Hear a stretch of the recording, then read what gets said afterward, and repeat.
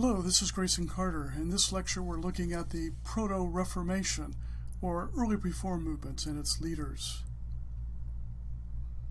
Long before the Reformation, a small number of mostly unconnected movements arose and began to protest against aspects of the doctrinal and devotional life of the Roman Catholic Church, and to lobby for their reform. These were the Proto Reformers, or those reformers who preceded or came before the Reformation. Their existence challenges the notion that the Reformation emerged out of nowhere, or that its context was exclusive to its own circumstances. These protests took a variety of different forms. Some protested against the theological claims of the Church, or its devotional practices. Others against its intellectual claims, while still others protested against the rise of what they regarded as immorality in the Church. In addition, some protested against the role of the Church in society, arguing that its prominence and close ties to the state were unscriptural. The Church, they argue, should instead exist contra mundo, or against the world. Some of these proto-reformer movements were theologically orthodox in nature, while others were less so. Though it could be argued that the work of the proto-reformers began as early as the 10th century, some 400 to 500 years before the Protestant Reformation, with the reform of the Benedictines in England, or even in the 11th century with the reforms of Gregory VII. It would be more accurate to see their origin in the reform movements that occurred between the 12th and the 15th century.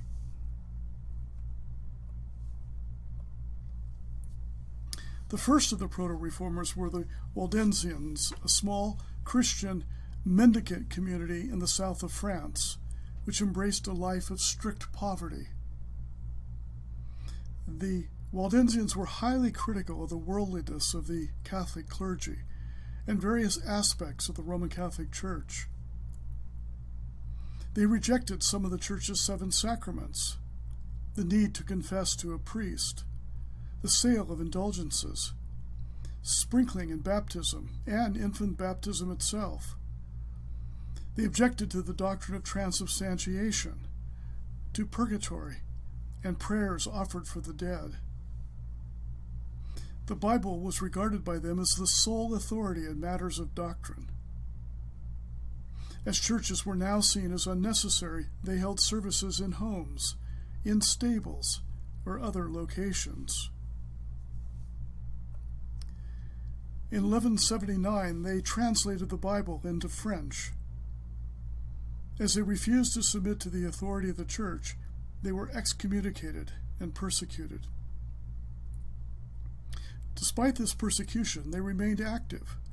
During the 16th century, they forged links with the newly emerging Protestant Reformation.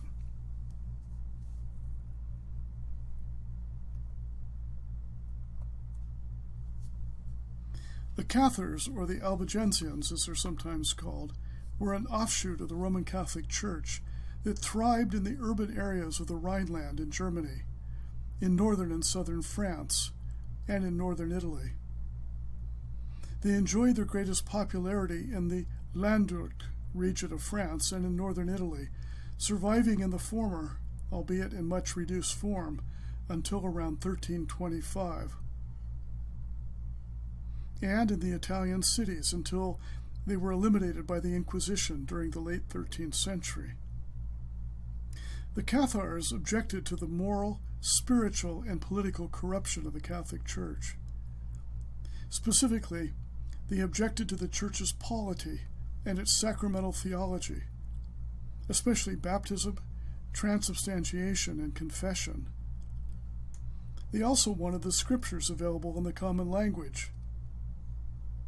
More positively, they embraced poverty, perfection, and preaching. The Pope attempted for some time to stamp out the movement. In 1209, after diplomacy had failed, he launched the Albigensian Crusade, which lasted until 1229. When that proved a failure, he launched the Inquisition to root them out. This proved to be more successful. The Cathars' theological orthodoxy was highly suspect. They were dualist or even Gnostics, rejecting civil authority, and they harbored suspect views of the doctrine of the Trinity.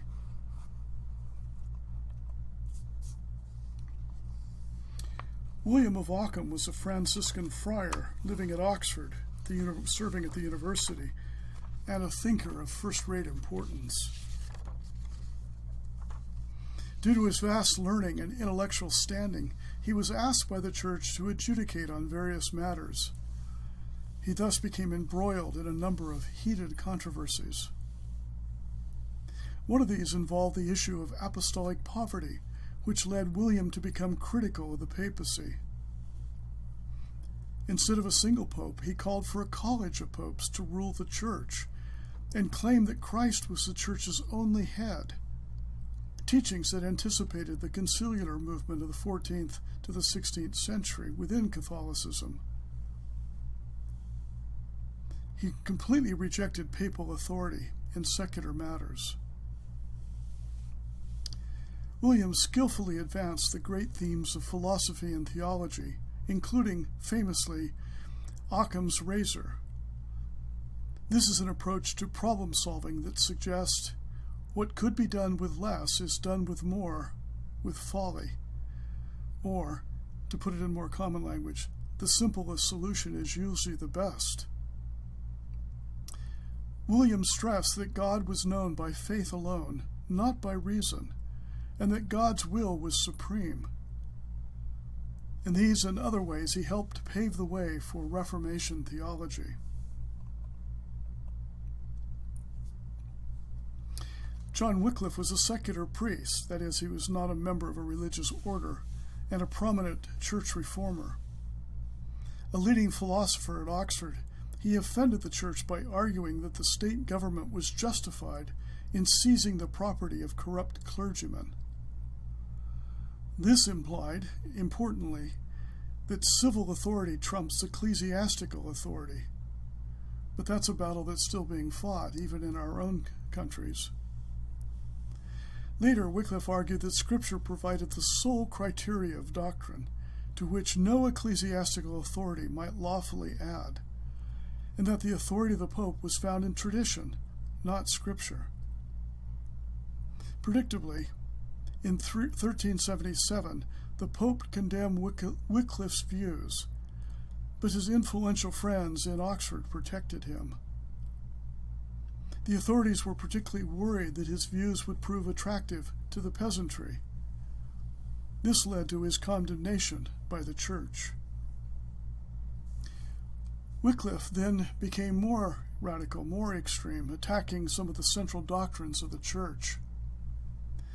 He opposed the Catholic doctrine of transubstantiation, arguing instead that in the Eucharist or Holy Communion for a doctrine called real presence, in which the bread and the wine remained bread and wine, but they contained in a mystical way Christ's presence.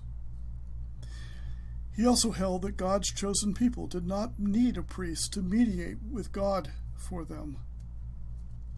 He criticized the monastic houses, many of which by this time had grown corrupt. And he argued for the right of people to exercise authority in church and state, and the right to own property. As Wycliffe became more and more radical, he was abandoned by his friends in high places, and he was forced to flee from Oxford. He then went to live in a village outside the city, where 2 years later he died. He wrote many books and initiated, indirectly, the translation of the Latin Vulgate Bible into English, called the Wycliffe Bible. During his lifetime, he attracted many followers. These became known as the Lollards. After his death, they became more radical and developed into an organized group with their own ministers and popular support. They argued that the main task of a priest was to preach, and that the Bible should be available to everyone in the vernacular. From the beginning of the 15th century, they were suppressed by both church and state, violently so. Their teachings continued to thrive in some parts of England, however, and prepared the way for the Reformation of the 16th century. Jan Hus was a Czech priest, a university professor and reformer, who later served as an inspiration for the so-called Radical Reformation. He was attracted to the political doctrines of John Wycliffe. Like Wycliffe, he emphasized the authority of Scripture and elevated the importance of preaching, which was then in decline. In doing so, he became a national Czech hero. In his most important work, entitled On the Church, he challenged the authority of the papacy, taught that only God could forgive sin, argued that neither popes nor cardinals could establish doctrine that was contrary to Scripture, nor should any Christian obey an order from them that was plainly wrong. He condemned the corruptions of the clergy and criticized people for worshiping images, for believing in false miracles, and for undertaking superstitious pilgrimages. Like the Waldensians, Huss condemned the sale of indulgences, and he criticized the church for withholding the cup of wine from the people during communion. Huss was at the center of a lengthy struggle in Prague, and his case was eventually referred to Rome. In 1415, he set out to attend a council in order to defend his belief. Although he was traveling under the safe conduct of the emperor, he was arrested, tried, and burned at the stake without a real opportunity to explain his views. Huss's heroic death aroused the national feelings of the Czech people, who then established the Hussite Church. This church lasted until 1620. Huss achieved great fame as a martyr to the cause of church reform and Czech nationalism.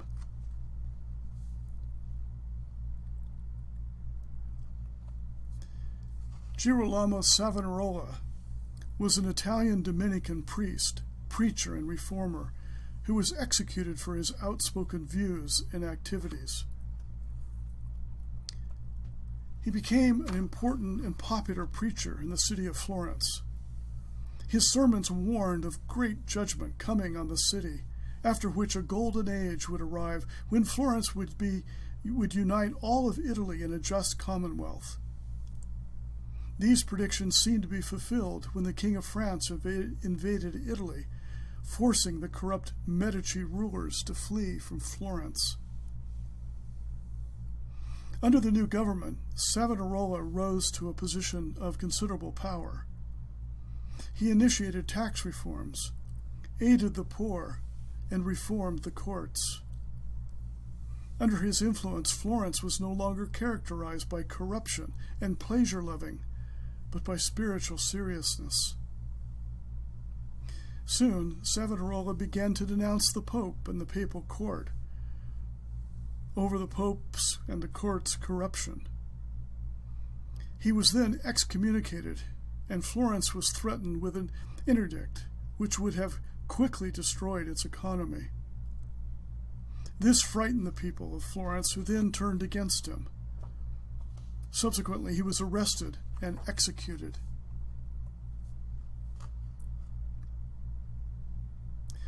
Savonarola, however, became a hero to many early Protestants, even though he remained in the Catholic Church. In simple terms, they saw in his opposition to the papacy a useful example to follow.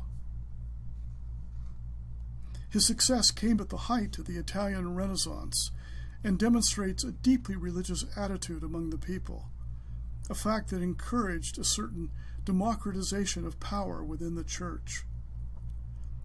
His influence also helped check or limit papal power and abuse, and encouraged social and intellectual exchange between scholars and church leaders. qualities that are often overlooked. So how can we summarize the influence and the impact of these Proto Reformers?